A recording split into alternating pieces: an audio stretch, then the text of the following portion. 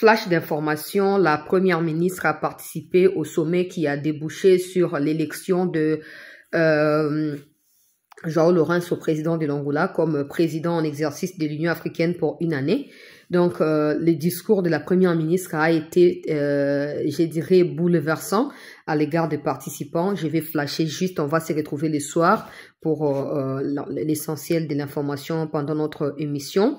Alors, la première ministre s'est exprimée et pendant qu'elle a pris parole, quand elle a entamé son premier paragraphe, Paul Kagame a claqué la porte. Il a quitté la salle et c'est après les discours de la première ministre et même les discours de João Lourenço qu'il a pointé du doigt pour dire que le 15 décembre 2024, il fallait que les deux chefs d'État se rencontrent en Angola pour signer l'accord qui était déjà préparé. Mais si nous sommes aujourd'hui où nous en sommes, c'est parce que Kagame en a voulu ainsi. C'est parce que Kagame est à la base de ce qui se passe. Alors, en prenant la tête de l'Union africaine, il fera en sorte que chacun des pays de l'Union africaine respecte l'intégrité territoriale de la RDC. Le M23, s'ils sont des Congolais, ça c'est le discours de João Lourenço, si les M23 sont des Congolais, qu'ils partent au Kenya pour participer au processus qui est réservé aux groupes armés congolais. Le processus de Luanda n'a jamais concerné des groupes armés, ça concerne les deux États, le Congo et le Rwanda. Et si le Rwanda ne veut pas de cela, le Rwanda n'a qu'à s'apprendre à lui-même. Donc ces discours-là a choqué tellement du monde, Kagame a quitté la salle. Il a quitté la salle pour les discours de João Lourenço, pour la première ministre. La première ministre a dit, nous sommes ici pas pour blablater, pas pour discuter des sommets habituels. Nous sommes ici pour pointer la responsabilité du Rwanda du doigt et dire au Rwanda de retirer ses troupes. Son président est là.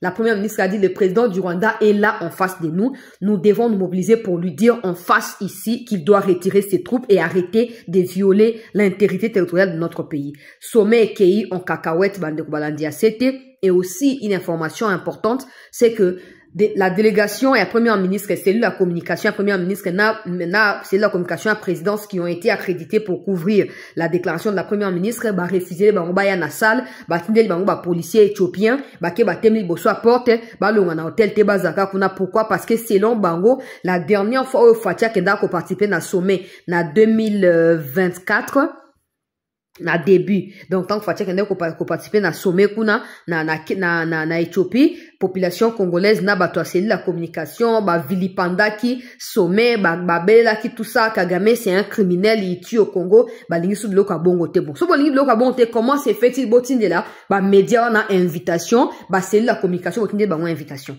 Donc la situation était déjà sous tension avant même que sommet wana iban. Donc, à l'heure où nous parlons ici, il y a Moussa Faki, ou Linga qui, makango na ya Mbushikimboabo, ya Rwandaise wana. Donc, il y a longue commission. Plus de 8 ans en exercice. Bachanzaka a été pour un nipo, garçon de course à Occident, et j'apprends que c'est, Raila Odinga, ou Azali opposé à Ruto, débattu chef à commission, il y a Union africaine. Donc, toujours au la dossier, dans la émission, na koyana ba déclaration, nous sommes bimba. Donc, la déclaration, il y a, Lourenço na ya première ministre na kati ya essentiel na biso ya émission ce soir même. Et côté ya Sud Kivu, quelles sont les nouvelles? Depuis le matin jusqu'à maintenant des combats, il y a ba jungle les Oko Salama, guérilla les Oko Salama. Dans tous les quartiers, il y a des groupes des groupes à Bawazalendo qui se sont mobilisés et qui empêchent aux Rwandais de pouvoir s'installer na kati ya Bukavu. Bazoko Bengana Bango, combat ezali quartier par quartier et la situation reste volatile depuis le matin jusqu'à maintenant. Dans le niveau de la scène internationale encore, la France prévoit semaine autozo banda kocha ba sanctions sur Kagame. Là, c'est la communication présidentielle à Macron Dékoumi. Ça ne me concerne pas et pour moi, ce n'est même pas important, mais c'est une information que je tiens à partager. La France s'est dit préoccupée par ce qui se passe et ce n'est pas la première fois que la France demande aux troupes rwandaises de se retirer et comme Kagame ne le veut pas, la France prévoit des sanctions au cours de cette semaine en tant que pays, mais aussi au sein de l'Union européenne. La France annonce qu'elle va voter pour la suspension de l'accord entre l'Union européenne et le Rwanda dans ma matière première qui n'existait pas au Rwanda. Donc, situation comme tendue.